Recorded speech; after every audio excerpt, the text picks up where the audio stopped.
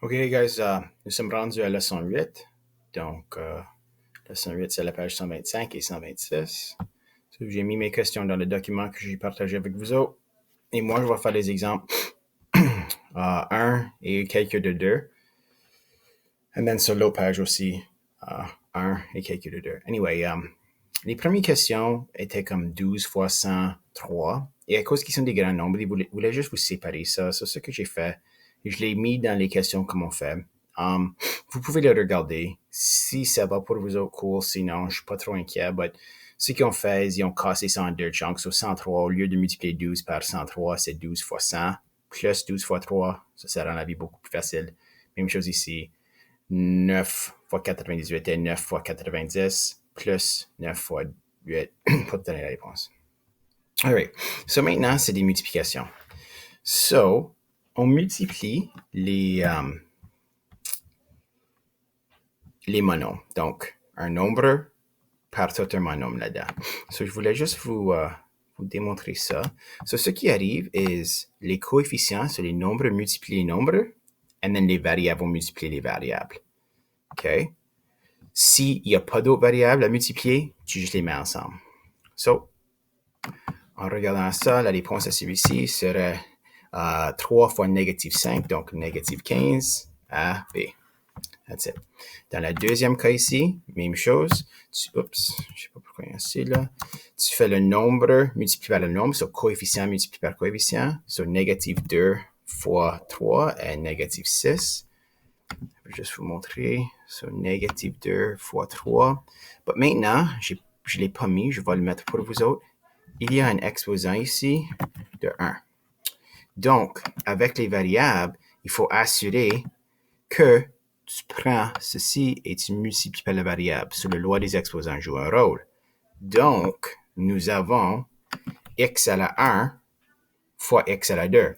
Et si on se souvient de la loi des exposants, si tu viens ici, on sait que nos lois des exposants, lorsqu'on a x, on fait x à la 1, plus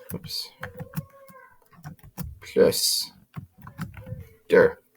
Donc, l'exposant ici va être x à la 3. Et voilà la réponse. On continue pour voir plus d'exemples.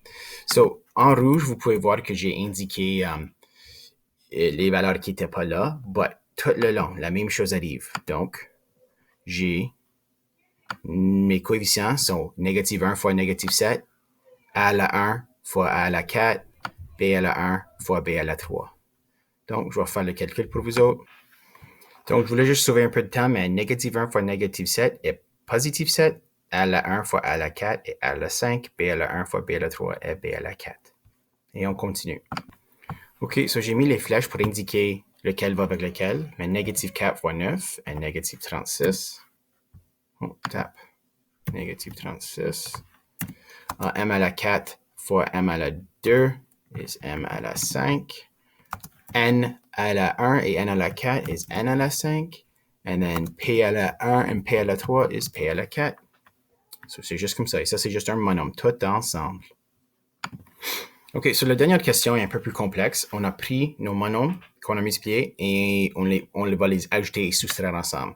So, ce qui est nécessaire à faire ici, c'est de faire le premier chunk et mets-le en dessous. Fais la deuxième chunk, mets-le en dessous et fais la troisième chunk et mets-le en dessous.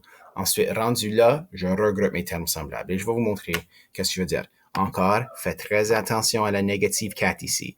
Le négative 4 va changer le signe de chaque nombre là. J'ai juste oublié, je vais mettre un 1 là parce qu'on sait que c'est 1x au carré. Donc, pour développer ça, je vais écrire mes flèches pour commencer. Donc, dans le premier exemple ici, nous avons 3x à la 1 fois 7x moins 5. So, le 3x à la 1 va multiplier les deux. So, évidemment, 3 fois 7 est 21. X au carré. And then 3x, or 3 fois moins 5 est moins 15. And then, évidemment, je dois garder mon x ou x à la 1. So, moi, je vais faire le reste des calculs. Ensuite, je vais présenter les réponses finales parce que j'ai seulement 15 secondes de reste. Alors, j'ai multiplié le reste, j'ai fait mes termes semblables, j'ai mis ensemble, et voilà ma réponse qui est un trinôme.